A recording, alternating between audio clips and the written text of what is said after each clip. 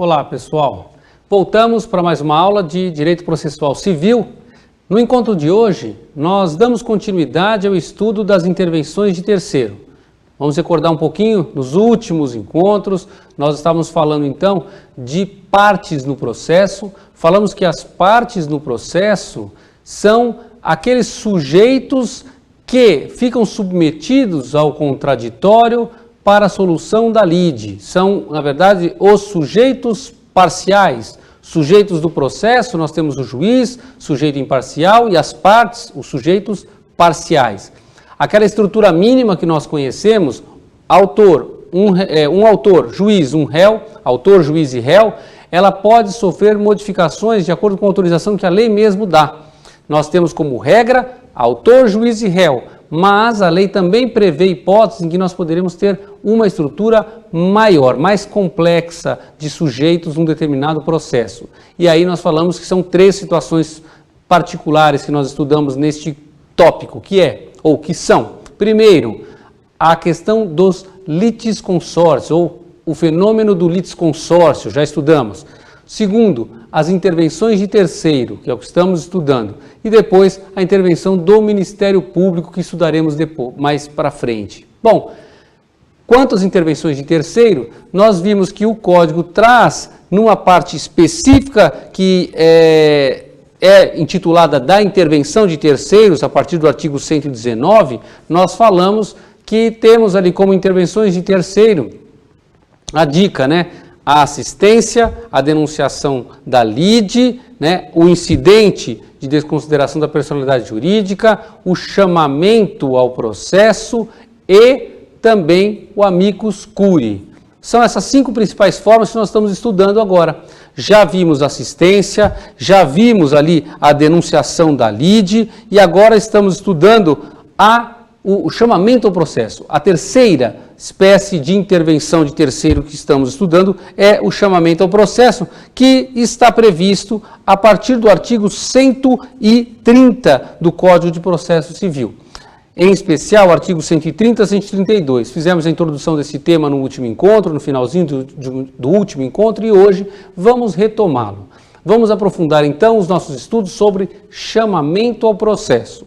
Afinal de contas, como nós podemos definir chamamento ao processo? Podemos definir da seguinte maneira: é a forma de intervenção de terceiros. Então, chamamento ao processo é a forma de intervenção de terceiros que permite ao réu, grifem réu, que permite ao réu trazer para o polo passivo de um determinado processo, os demais coobrigados, então permite ao réu trazer para o polo passivo de um determinado processo os demais coobrigados que são tão devedores ou mais devedores do que ele, para, naquele mesmo processo, exercer o direito de subrogação.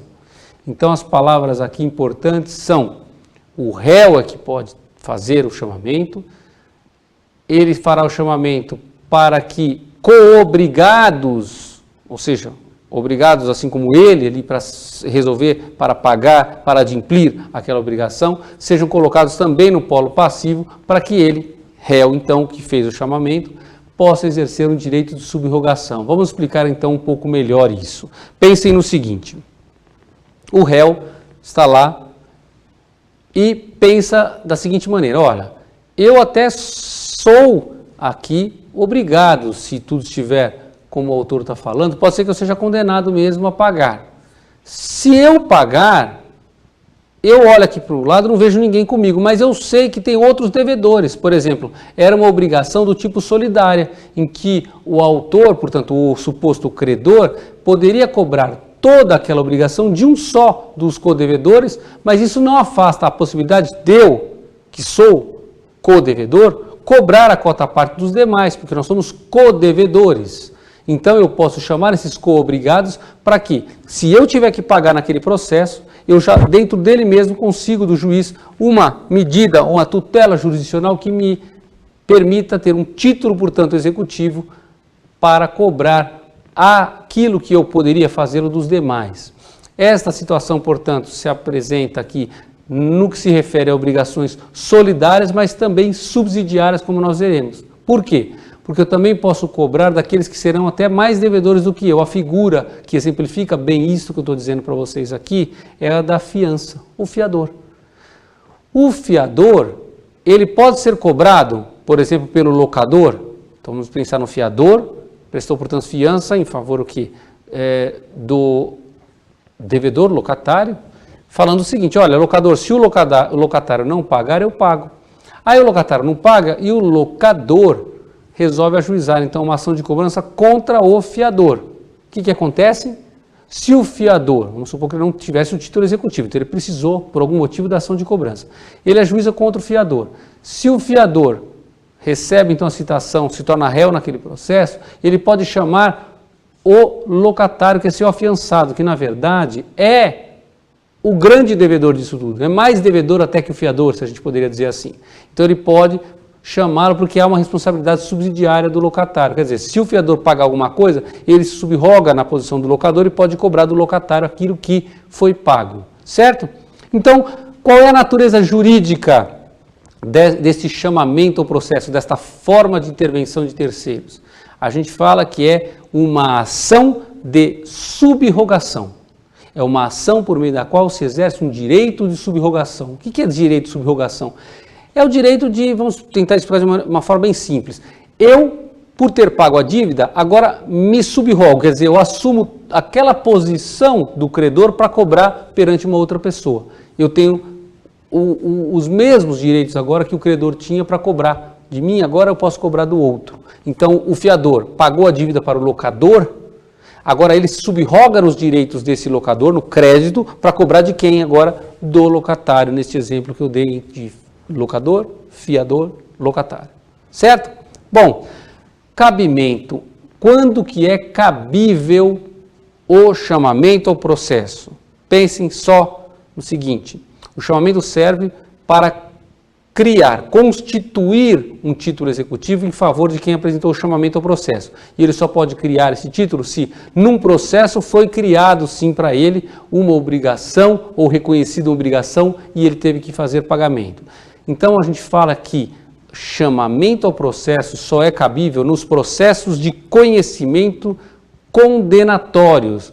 E não é qualquer condenação, é uma condenação de pagar quantia. Aí ele teve que pagar uma quantia, então ele pode agora exercer o seu direito de subrogação contra outra pessoa. Não cabe chamamento ao processo numa execução, porque não está sendo criado nada ali, é um título que pode ser executado. Aliás, o credor executa quem ele quiser. Tá? Não pode ser na execução porque o credor não quis executar aquela pessoa.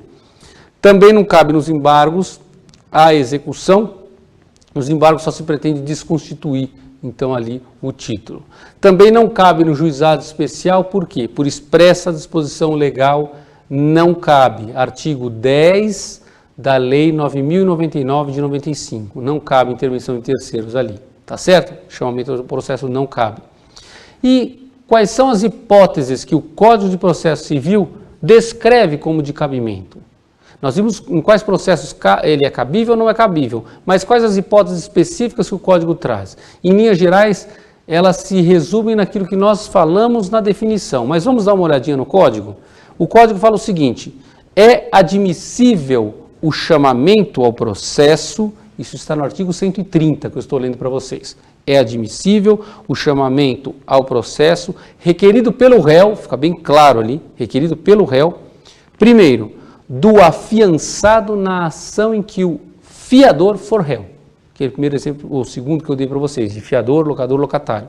Então, o afiançado pode ser chamado na ação em que o fiador for réu.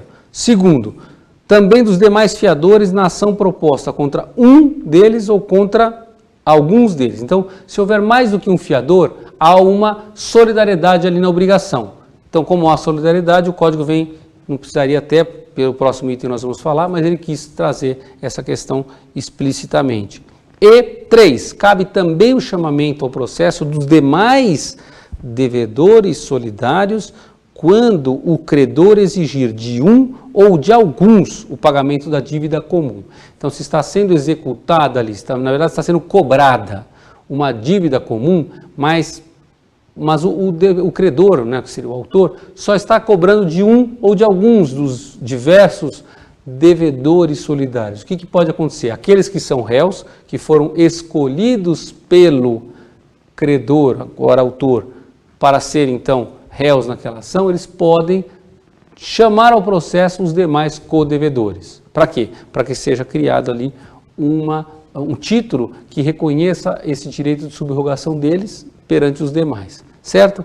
Bom, pelo CPC, portanto, só caberia o chamamento ao processo nos casos de fiança ou solidariedade passiva. Fiança ou solidariedade passiva. Agora, algumas observações bem importantes. Pelo que nós vimos até agora, pelo que nós observamos no Código de Processo Civil, vamos fazer as seguintes observações. Primeiro, relembrando, só o réu pode fazer chamamento. Só o réu faz chamamento ao processo. 2. Este chamamento ao processo é sempre facultativo. O réu não tem nenhuma obrigação de fazer. Se ele não quiser, ele não faz. E poderá fazer depois uma cobrança numa ação autônoma que ele quiser ajuizar contra os demais devedores, tá? Então, é uma faculdade do réu fazer o chamamento ao processo. O que mais? No chamamento ao processo, esse terceiro é um coobrigado e ele vai responder diretamente perante o autor. Por quê? Porque ele também mantém uma relação de direito material contra ele. Então, ele vem atuar em litisconsórcio contra o autor ao lado do réu que fez o chamamento, certo? Ao lado do réu que fez o chamamento. Uma observação final aqui importante. O chamamento ao processo e o chamado benefício de ordem. O que significa isso? O benefício de ordem, ele é um instituto da execução. O que significa isso? Permite ao fiador que é executado, né, o fiador que está sendo executado, ele é o executado, mas ele pode indicar bens, se ele conhecer, bens do devedor principal, para que sejam expropriados antes de atingir o seu patrimônio. Então, ele pode pedir que seja observada a ordem de preferência para atacar os bens do devedor principal antes do dele. Ele pode fazer isso? Sim. Mas isso somente é possível de ser feito se o devedor principal, que é no caso ali o afiançado, também constar do título executivo. Nós temos a súmula 268 do STJ que fala o seguinte: o fiador que não integrou a relação processual na ação de despejo não responde pela execução do julgado.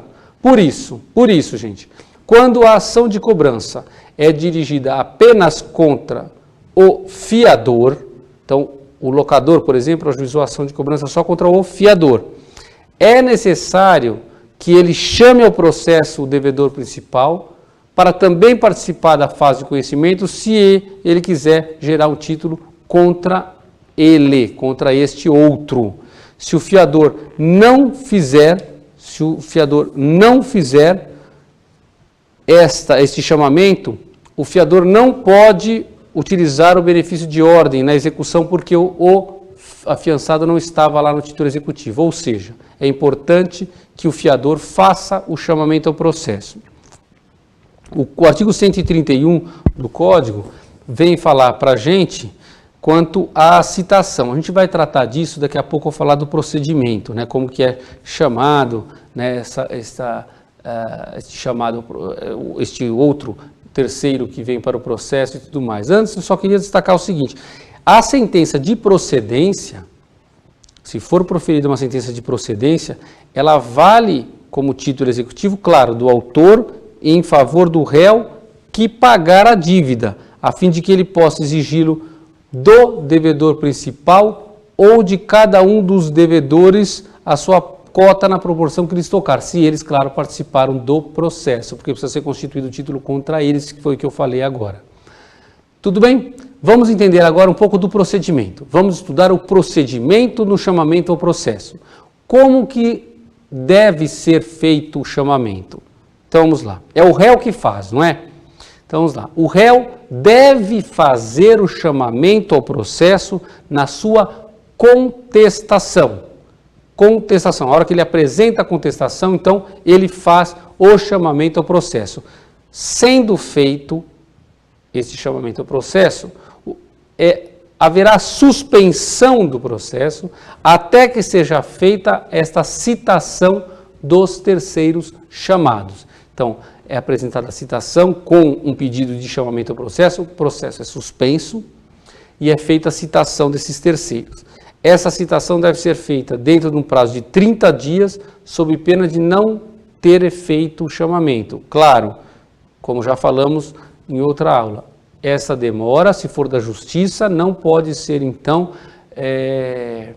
algo que produzirá este efeito contra o réu, porque ele não deu causa a isso. Mas ele tem que promover, praticar os atos necessários para que a citação seja feita dentro desse prazo. Fornecer, portanto, o endereço ou os meios para se realizar uma citação por edital, se for o caso, e assim por diante. Se o terceiro, né, o terceiro chamado, residir em outra comarca ou outra sucessão judiciária, subseção, ou ainda num lugar incerto, este prazo para que a citação seja feita vai passar para 2 meses. Então, a regra é 30 dias, se ele estiver em outro local ou local incerto, 2 meses. E aí ele é citado e participará do processo na condição, então, de litisconsorte deste que fez o chamamento em relação ao autor. Se o pedido do autor for julgado procedente, então o pedido principal, o pedido do autor perante o réu ali, inicialmente colocado por ele no polo passivo, se este pedido for julgado procedente, a sentença, como eu disse, valerá como título executivo em favor daquele réu que pagar a dívida. Pagou a dívida, ele tem aquele título agora para ele executar os demais, a fim de que, portanto, ele possa exigi-la do devedor principal, toda a dívida dela, ou então cota parte de cada um dos codevedores. Então, vamos lá. Eu sou réu, fiz o chamamento ao processo de outras pessoas. Eles vieram para o processo. Fui condenado a pagar algo para o autor. Eu pago, aquela sentença vale como um título também agora para mim, para que eu faça a execução contra os demais codevedores. Se for codevedor propriamente, eu cobro a cota parte de cada um. Se for um devedor principal, eu era o fiador, eu posso cobrar a dívida inteira dele, porque na verdade é ele o grande devedor, o que é mais devedor do que todos. O autor, vejam, também poderá usar a sentença contra os demais chamados. Isso está no Código de Processo Civil, porque é feita a formação, fala-se em formação de um litisconsórcio passivo, portanto, o título executivo serve também para o autor usar contra os demais, É o que fala o artigo 132, certo? 131, 132 trazem essas consequências para a gente. Bom, como é que fica a situação de prazos, já que nós temos um litisconsórcio ali passivo? Como os advogados serão diferentes de cada um desses chamados ao processo e do terceiro, o prazo é em dobro. Prazos, lembram disso? Litisconsortes com advogados diferentes têm prazo em dobro e vão atuar com autonomia, sendo todos atingidos pela coisa julgada material. Se for feito um pedido de chamamento ao processo e esse pedido for indeferido, o juiz não autorizar o ingresso do terceiro no processo, já vimos isso, vale repetir aqui de novo, cabe agravo de instrumento. Então, o pedido de chamamento ao processo, o réu fez o chamamento, o juiz indefere, falando não cabe chamamento, por exemplo. O decisum, aqui, ó, a decisão poderá ser atacada por agravo de instrumento, é o que está no artigo 1015, inciso 9 do Código de Processo Civil. Inciso 9, artigo 1015, inciso 9 do Código de Processo Civil. Certo? Com isso, então, estudamos e concluímos aqui o estudo do chamamento ao processo. A terceira forma de intervenção de terceiros que estudamos. Vamos para a quarta espécie de intervenção de terceiros, é o chamado incidente de desconsideração da personalidade jurídica. Incidente de desconsideração da personalidade jurídica, uma novidade do Código de Processo Civil novo, né, do 2015, está nos artigos 133 a 137. Então, observem uma coisa.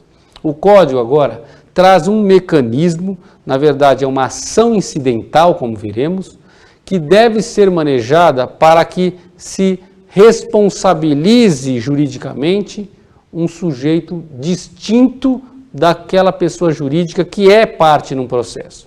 Então você tem uma pessoa jurídica que é parte num processo, mas se quer responsabilizar alguém que não é esta pessoa jurídica, por meio de uma desconsideração da sua personalidade. É o que nós veremos como se faz a partir de agora. Repetindo, incidente de desconsideração da personalidade jurídica, artigos 133 a 137 do novo Código de Processo Civil. Vamos então definir, explicamos um pouco, está na hora de definir o que é este incidente, esta forma de intervenção de terceiros. Então anotem assim, ó. Trata-se de uma ação incidental, estamos definindo, portanto, trata-se de uma ação incidental por meio da qual se objetiva responsabilizar juridicamente um sujeito distinto da pessoa jurídica que é parte num determinado processo. Repetindo, trata-se de uma ação incidental por meio da qual se objetiva responsabilizar juridicamente um sujeito distinto da pessoa jurídica que é parte num determinado processo. Vejam, não se cuida aqui de pedir a desconstituição da personalidade jurídica, da pessoa jurídica. Aquela pessoa jurídica não vai deixar de existir. O incidente serve para que seja superada esta capa protetora de patrimônio que é gerada pela constituição de uma pessoa jurídica. Vocês sabem o seguinte, que uma pessoa jurídica, quando está constituída, a rigor, ela tem personalidade jurídica própria e distinta dos seus sócios. Portanto, a dívida da sociedade não pode gerar para os sócios, como regra, vamos dizer assim, uma responsabilidade. Né? A ideia de criação de pessoa jurídica, dentre outras, pode ser exatamente essa, de separação de patrimônios para que as pessoas se animem a praticar atos, vamos dizer assim, empresariais por meio de pessoas jurídicas, para que se aventurem um pouco ao comércio e protegendo o seu patrimônio. Quer dizer, a rigor, se tudo for feito direitinho, o patrimônio dos sócios, como regra, não será atingido, mas sim o da pessoa jurídica pelas dívidas dela. Este incidente fala o seguinte, olha, aconteceu alguma coisa grave que justifica, de acordo com a lei material, vamos ver isso, uma desconsideração dessa separação de responsabilidades. Então, pela dívida da sociedade eu vou cobrar dos sócios ou até vice-versa. É isso que nós vamos ver agora. Portanto, esta ação incidental, ela serve para, lembra aquela de levantar o véu para atingir o patrimônio outro que não o da pessoa jurídica? É isso que nós pretendemos por meio deste incidente, desta ação incidental. Como isso se dá? Este incidente de desconsideração da personalidade jurídica, ele pode ser instaurado em qualquer fase do processo de conhecimento, incluindo dentro do juizado especial. O artigo 1062 fala que também cabe isso no âmbito do juizado especial. Então, pode ter esta ação incidental nos juizados. Também pode ser feito o incidente no cumprimento de sentença, ou seja, na fase de cumprimento de sentença. E vejam, também no processo autônomo de execução, aquela execução fundada em título extrajudicial. Este incidente, esta ação incidental, portanto, pode existir em qualquer etapa de um processo, em qualquer processo ali, nós poderemos ter a ação incidental de desconsideração da personalidade jurídica. Quem que pode, então, pedir a instauração do incidente? O incidente poderá ser instaurado a pedido de uma das partes ou do Ministério Público, quando for fiscal da ordem jurídica, devendo para isso o quê? ser demonstrada pelo requerente alguma hipótese legal que autorize essa desconsideração. Então, essa previsão no Código de Processo Civil não significa que está agora autorizado de forma livre pedir aí a desconsideração da personalidade jurídica. Não. O que ele traz é uma ferramenta para se pedir.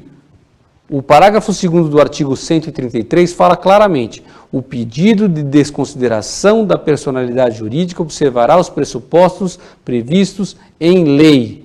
Previstos em lei. Então vejam que é a lei material que vai dizer quando é cabível a desconsideração da personalidade jurídica. Vejam que isso é regra, porque a rigor a personalidade jurídica tem que ser respeitada e a distinção, a diferenciação entre as personalidades jurídicas que existam dos sócios e da pessoa jurídica constituída por eles. Então vejam, a rigor são pessoas jurídicas, personalidades jurídicas distintas, mas a lei material prevê hipóteses. Por exemplo, o artigo 50 do Código Civil prevê a situação de desconsideração da personalidade jurídica. Veja que isso é uma sanção, na verdade. É uma sanção, uma consequência decorrente de um tipo de infração a alguma norma.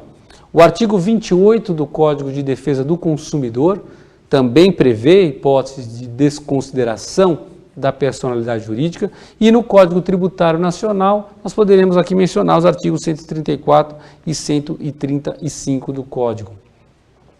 Portanto, é a pedido da parte autora, o ré, do Ministério Público, e para que isso ocorra ele tem que fazer o enquadramento, tem que fazer o seu pedido fundamentado em alguma hipótese prevista na lei material que gera esta consequência, ou seja, que permite a desconsideração da personalidade jurídica. O que nós estamos estudando agora não são as hipóteses de desconsideração, mas o instrumento, a ação incidental que o legislador regulamentou expressamente nesses artigos 133 a 137 para que seja feita no processo civil e, repetindo, em qualquer etapa do processo. Bom, assim que é apresentado o requerimento, o incidente, então, é instaurado e o processo fica suspenso até solução final. Então, a instauração do incidente, diz o Código, será imediata e será comunicada imediatamente ao distribuidor para as anotações devidas, certo? Instaurado o incidente, o que vai acontecer? O sócio ou a pessoa jurídica será citado para manifestar-se e requerer provas cabíveis no prazo de 15 dias. Então, vejam, a instauração, processo suspenso, os interessados serão, então, notificados, isso serão, então, citados, quem estiver fora do processo, para se manifestar e requerer provas. Para isso tudo, o prazo é de 15 dias. Se for necessária a instrução, será feita, então, esta produção de provas. Encerrada a instrução, se necessário, o incidente será resolvido por uma decisão interlocutória passível de agravo de instrumento. Então, encerrada a instrução, se ela for necessária, né? Se não for, a gente não vai ter que entrar nesta etapa, mas há uma decisão final que o juiz profere e contra esta decisão que decide o incidente de desconsideração da personalidade jurídica, cabe o quê? Cabe agravo de instrumento. Isso está no artigo 1015, inciso 4º. Artigo 1015 do Código de Processo Civil, aquele que a gente tem sempre mencionado, que é onde estão descritas as hipóteses de cabimento de agravo de instrumento. O inciso 4º é claro. Fala o seguinte: cabe agravo de instrumento contra as decisões interlocutórias que versarem sobre, inciso 4º, incidente de desconsideração da personalidade jurídica. Então aí cabe o agravo de instrumento. Se for acolhido o pedido de desconsideração, a alienação ou oneração de bens que teria havido em fraude, portanto, a execução, será ineficaz em relação ao requerente. Então, aquele que fez o pedido de desconsideração vai ter essa garantia de que não importa se o bem foi alienado ou onerado, aquele bem poderá sim responder pelas dívidas que estão sendo cobradas.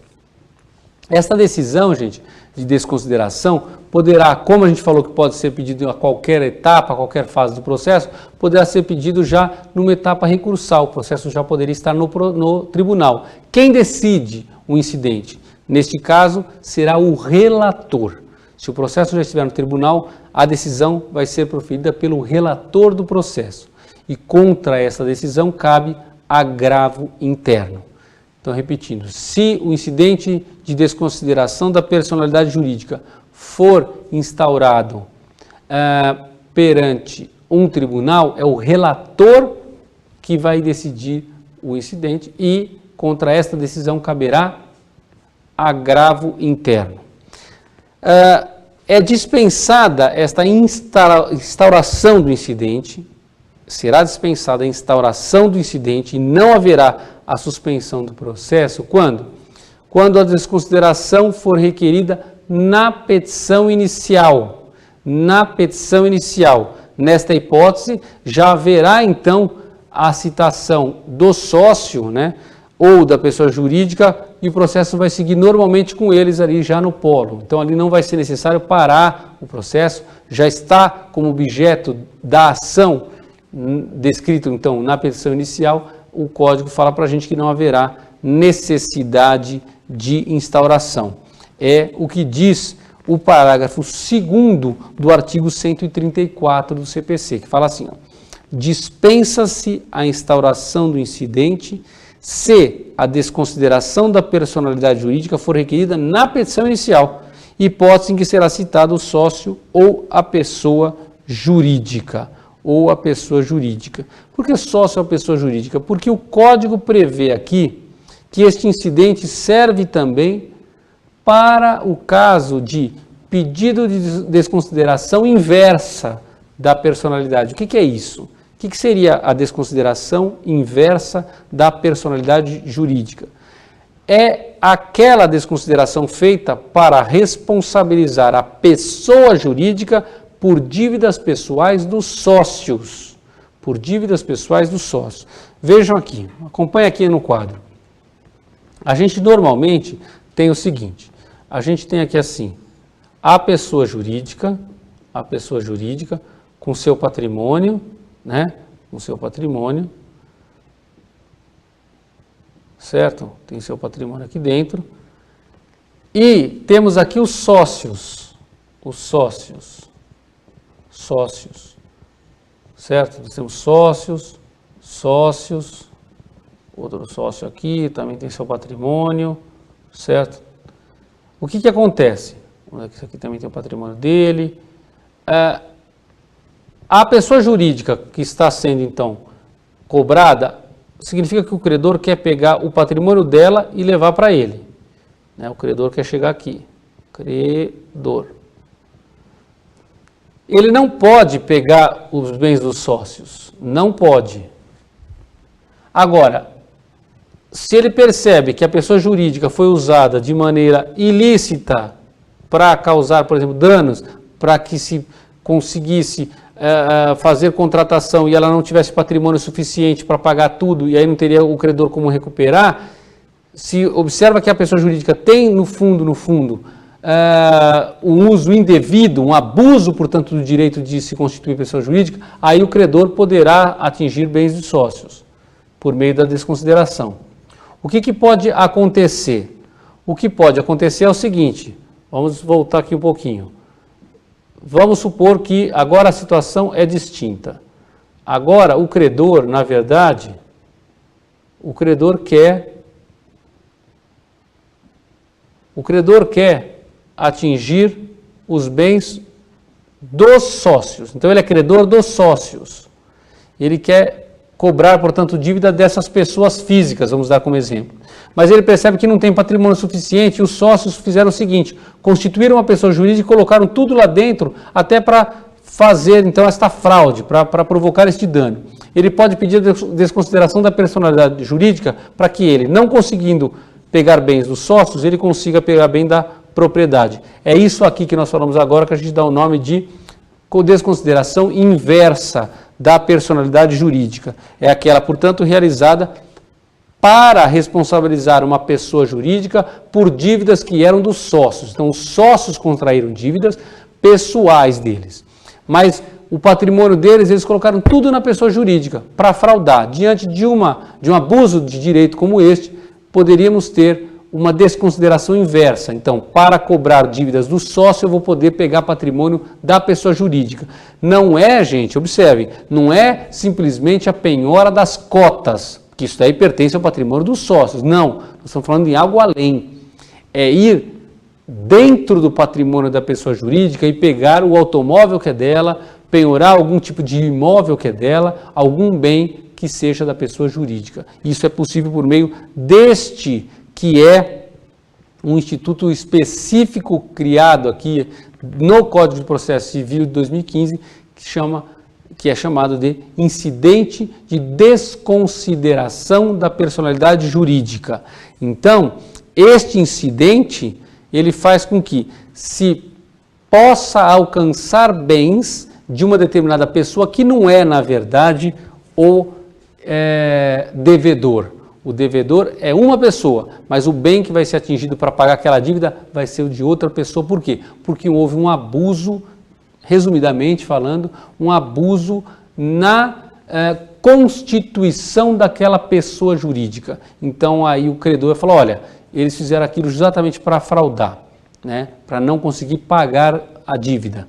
E aí o juiz poderá desconsiderar episodicamente aquela personalidade jurídica de modo que seja possível alcançar bens ou dos sócios ou bens da própria sociedade, no caso de cobrança de dívida de um ou de outro, certo? Só repetindo para a gente não deixar isso no ar, né? Ou para não deixar nenhuma dúvida a respeito. O Código de Processo Civil aqui não vai trazer as hipóteses para a gente. Ele faz a remissão expressa ao que a lei material disser sobre desconsideração da personalidade jurídica. O que ele traz é o ferramental, traz a ferramenta, traz um instrumento, traz como processualmente deve ser buscada a tutela jurisdicional para fins de desconsiderar a personalidade jurídica. Como nós falamos, o artigo 137 fecha esse capítulo do Código de Processo Civil falando o seguinte: acolhido o pedido de desconsideração, a alienação ou oneração de bens havida em fraude e execução será ineficaz em relação ao exequente. Ineficaz em relação ao exequente. Tá certo? Bom, com isso concluímos o estudo da desconsideração ou incidente de desconsideração da personalidade jurídica. Vamos para o quinto tipo de intervenção de terceiros no Código de Processo Civil, é o chamado amicus curiae, artigo 138 do Código de Processo Civil. Então vamos falar do amicus curiae. Deixa eu aqui só limpar esta parte aqui, e aí podemos falar agora do amicus curiae. Opa, amicus curiae. O artigo é o 138. Não é uma novidade no nosso sistema também isso aqui, mas o Código vem tratar expressamente no artigo 138. Quando a gente fala de amicus curiae, ou amigo da corte, o que nós queremos dizer? Nós queremos dizer que ele é um terceiro que representa um determinado grupo, categoria ou um determinado interesse, cuja intervenção vai ocorrer por determinação judicial, mediante requerimento de uma das partes ou até por iniciativa própria do terceiro, com o objetivo de quê? De subsidiar o processo com argumentos e considerações mais específicas, mais detalhadas sobre o tema em discussão nos autos. Então vejam comigo assim, o amicus curiae nada mais é do que um terceiro, uma pessoa física ou jurídica que tem informações relevantes para fins de colaboração com o judiciário naquela decisão. Então, este terceiro, ele vai representar algum interesse, algum grupo, alguma categoria, e por determinação do juiz, por provocação judicial, ainda que seja mediante requerimento da parte, ou até por iniciativa do próprio terceiro, o que vai acontecer? Ele vai ingressar no processo para se manifestar, para levar informações que são relevantes para que o juiz decida. Para que isso seja aceito, fala-se que é necessário que o terceiro tenha representatividade adequada. Então vem aqui comigo no quadro de novo. Falou em amicus curiae, eu tenho que pensar no seguinte, na chamada representatividade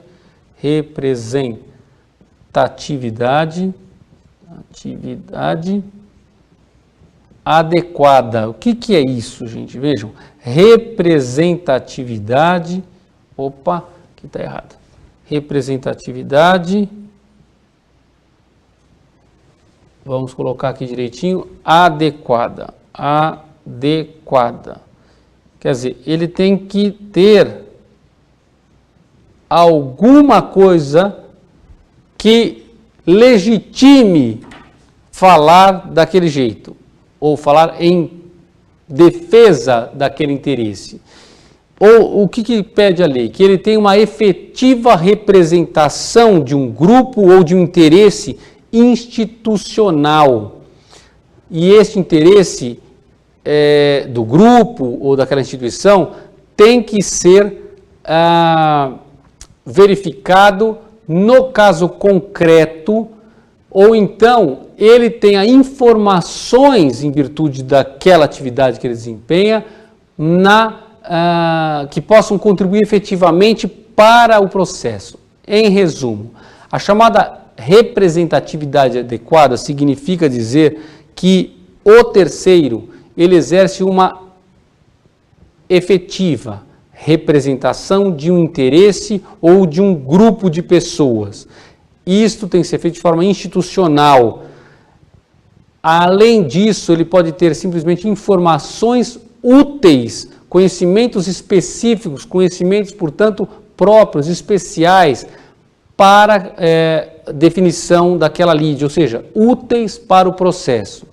Aí, o juiz ou o relator devem analisar a relevância da matéria, a especificidade daquele tema e, portanto, a necessidade desta manifestação, e aí poderá autorizar a participação deste terceiro no processo, certo? Vamos ver então como isso se dá, mas num próximo encontro. Hoje nós paramos por aqui, no próximo encontro nós vamos verificar detalhes desta importante figura do amicus curiae. Vamos verificar quando então que ele vai ser admitido, de que forma que isso se dá e quais são as possibilidades de atuação deste terceiro no processo, tá certo? Por hoje paramos por aqui, no próximo encontro retomamos exatamente para falar de amicus curiae. Então, um abraço a todos e até o nosso próximo encontro.